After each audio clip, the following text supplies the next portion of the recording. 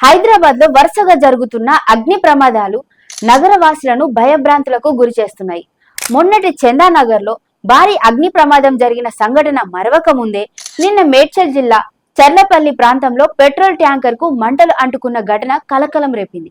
ఇంకా ఈ ఘటనలు మరవక ముందే ఆదివారం ఉదయం చార్మినార్ పరిధిలోని గుల్జర్ హౌస్ లో జరిగిన ఘోర అగ్ని ప్రమాదం నగరాన్ని ఒక్కసారిగా విషాదంలో ముంచింది. పాత బస్తీలోని గుల్జర్ హౌస్ అనే ప్రదేశంలో 3 అంతస్తుల భవనంలో ఈ ప్రమాదం జరిగింది. చిన్నది కానీ అత్యంత రద్దీగా ఉండే వీధుల్లో ఈ భవనం ఉండటంతో రాత్రి సమయంలో మంటలు ఆ భవనాన్ని పూర్తిగా కబలించాయి. సుమారు 17 మంది ఈ అగ్ని ప్రమాదంలో దుర్మరణం చెందారు.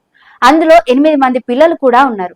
ఒక్కో కుటుంబానికి చెందిన వారే ఈ ప్రమాదంలో ప్రాణాలు కోల్పోవడం మరింత తీవ్ర విషాదం. ఈ ప్రమాదం ఉదయం 6:16 గంటల సమయంలో ఫైర్ డిపార్ట్మెంట్ కు వచ్చిన కాల్తో బయటపడింది.